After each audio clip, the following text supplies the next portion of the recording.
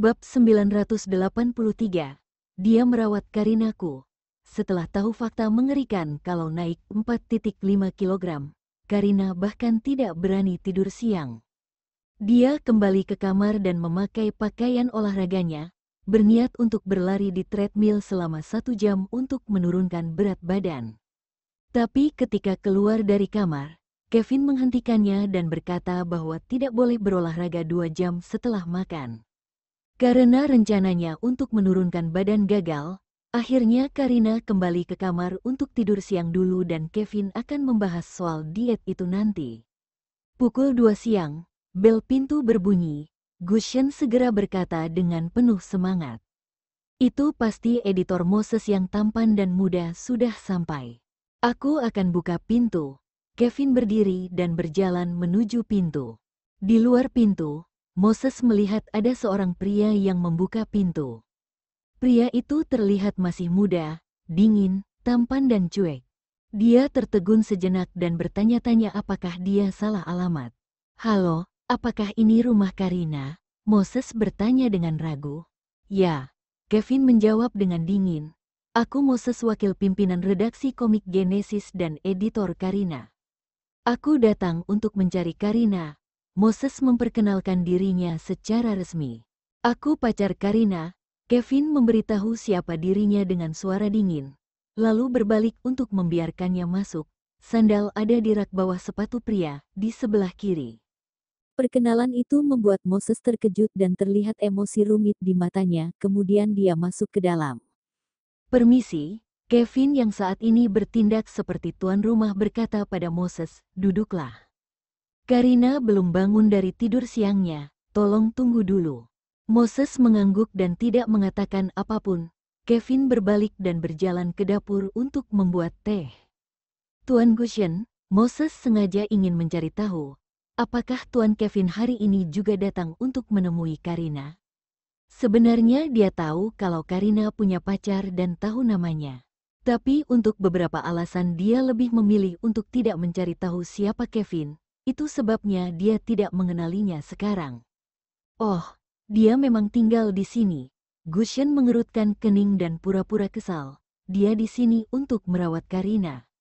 Setiap hari dia memasak untuk kami sebagai ganti bayar uang sewa dan uang makan." Mendengar ini ekspresi Moses berubah, seolah-olah tidak percaya dengan apa yang dikatakan Gushen.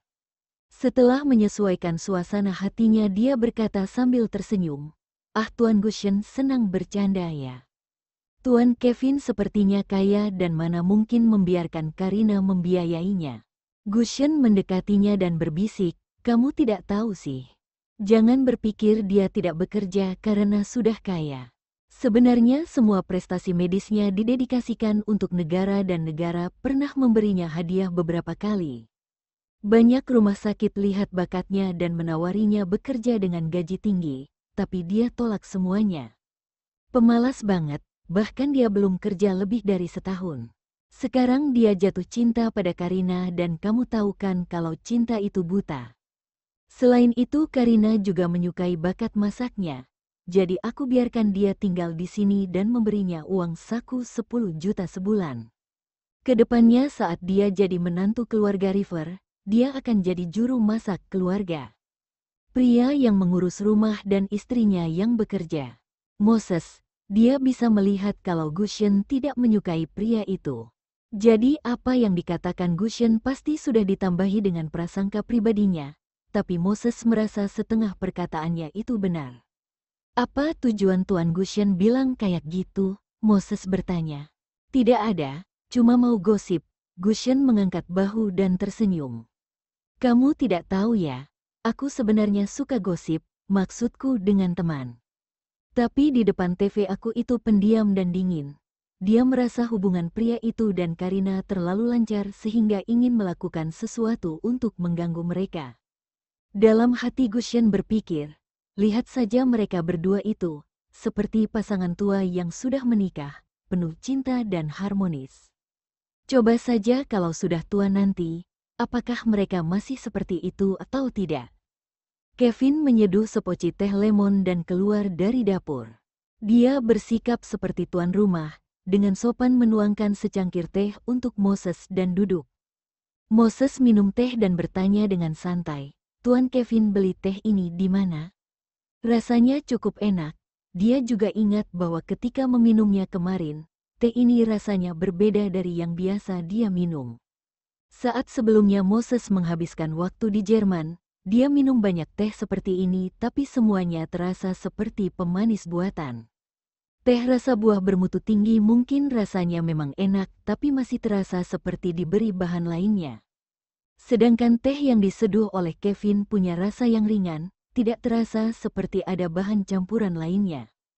Dia juga bisa mencium aroma buah alami dan terasa seperti teh mahal yang ringan juga harum. Gushen melihat Kevin tidak mengatakan apapun. Terlihat jelas kalau dia malas meladeni Moses dan akhirnya menjelaskan, dia buat sendiri.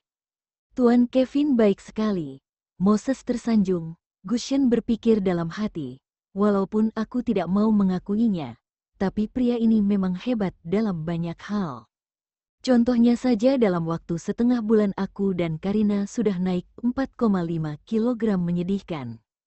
Kevin tidak suka berurusan dengan orang asing, jadi dia hanya duduk diam di sofa dan bermain dengan kucing. Gushen tidak tahu harus bicara apa lagi dengan Moses dan berhenti bicara. Kemudian, ketiga pria dewasa itu hanya duduk di sofa ruang tamu dalam diam, menunggu Karina yang menjadi peran utama bangun tidur siang. Mereka menunggu sekitar setengah jam, Karina yang baru bangun tidur siang dan mendapati kalau Moses sudah datang. "Kak, kenapa tidak bangunin aku?" Dia mengeluh dan berkata dengan kesal pada Gushen.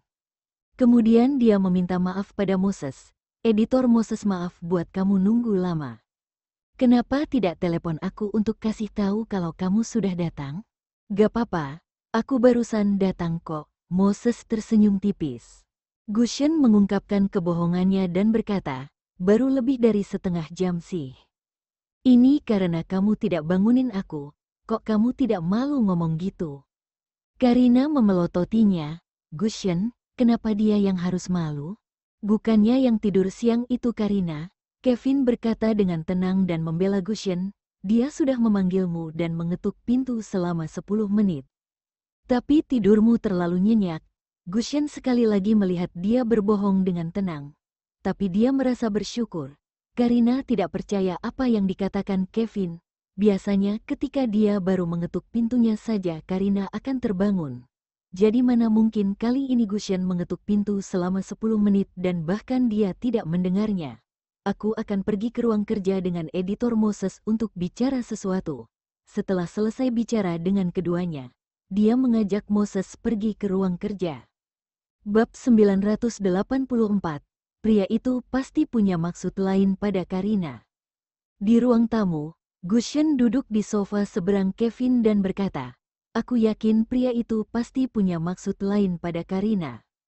Dia punya firasat kalau pria bernama Moses itu bukan orang biasa. Dan pria itu baru saja mencari tahu darinya tentang apakah Kevin tinggal bersama Karina atau tidak. Karena melihat pria itu sangat ingin tahu, jadi dia berterus terang memberitahunya." Gushen tidak tahu apakah karena mereka sudah lama bersama atau dia menderita sindrom Stockholm, tapi dia merasa semakin nyaman dengan Kevin. Tapi dia melihat Kevin hanya diam saja dan tidak menghentikannya untuk melakukan sesuatu. "Kamu pergi buatkan teh untuk mereka ya, paham maksudku kan?" perintah Kevin. Gushen langsung menyangkal dengan dingin. "Tidak paham." "Oh gitu." Kevin mengangguk dan tidak bicara lagi. Justru karena dia tidak bicara lagi, membuat Gushen jadi ketakutan. 3 detik kemudian dia menjelaskan, "Aku tidak bisa buat teh. Itu karena orang lain selalu membuatkan teh untuknya. Kamu bisa buat mie instan, kan? Itu sama saja. Masukkan beberapa daun teh ke dalam teko, rebus sepanci air mendidih, lalu tuangkan airnya ke dalam teko. Tunggu 3 menit dan antar ke ruang kerja." Kevin memberinya instruksi dengan acuh tak acuh. "Kalau tehnya diseduh kayak gitu, kamu mau minum?" Gushen mengungkapkan keraguannya. Karena dia pernah melihat para ahli teh atau orang yang bisa menyeduh teh melalui banyak proses. Misalnya syarat harus punya berbagai taat penyeduh teh, airnya harus seperti apa dan lain-lain. Kenapa memangnya? Kevin bertanya balik. Kalau gitu apakah malam ini aku boleh request makanan? Gushen bertanya. Karena Karina tidak ada di sini dan belum meminta makanan apapun. Tergantung kinerjamu, Kevin memberinya jawaban ambigu. Meskipun hanya mengatakan itu, tapi Gushen sudah menyiapkan menu makanan di benaknya dan bertanya dengan semangat, "Aku akan buat tehnya." "Aku buat teh jenis apa, Kevin?" "Terserah kamu." Untuk menunjukkan kerja kerasnya, dia diam-diam mengamati kalau Moses benar-benar bicara tentang pekerjaan dan tidak ambil kesempatan dengan Karina. Setelah itu Gushen membuat teh seperti yang disuruh Kevin dan mengantarnya ke ruang kerja.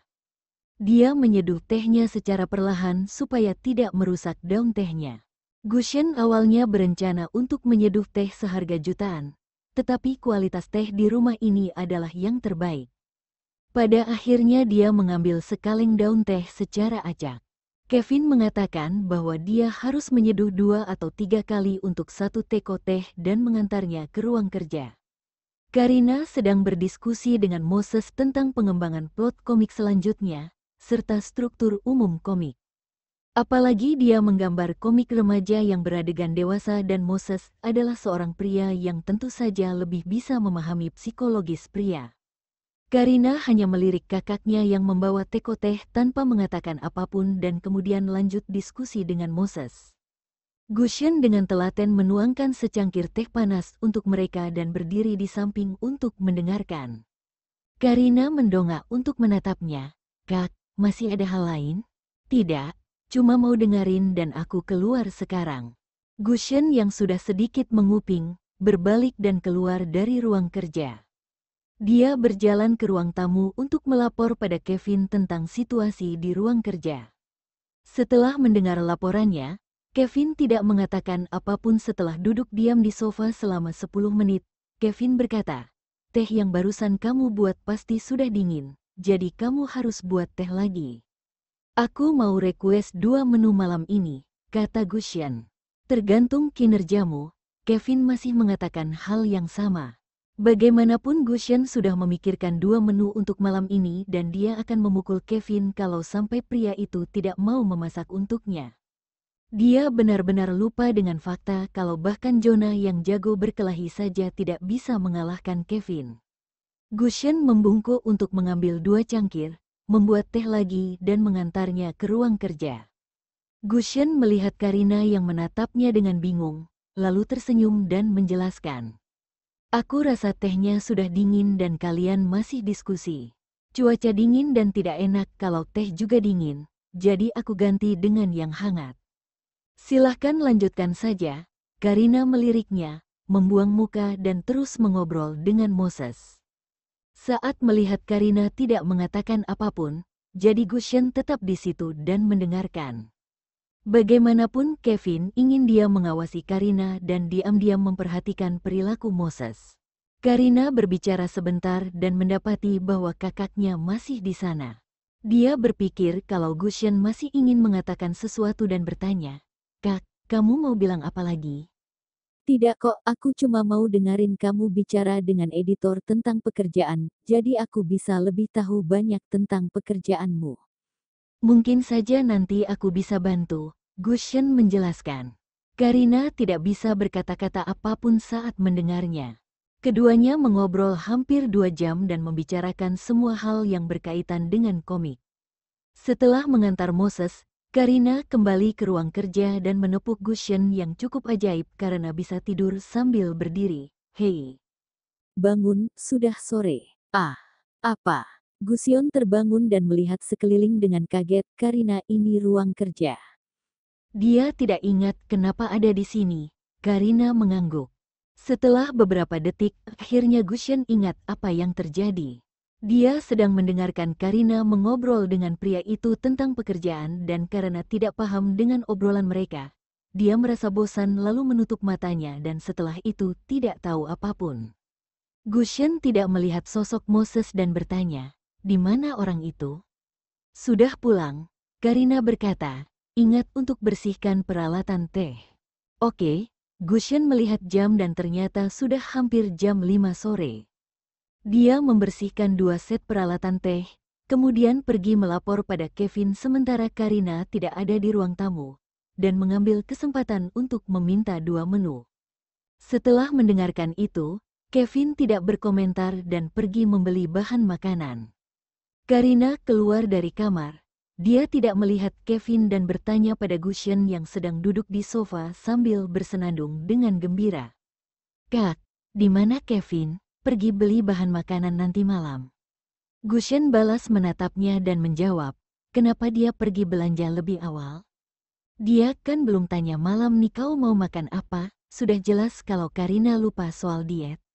Gushen dengan tenang mengingatkannya, "Ingat 4,5 kilogram itu." Karina panik.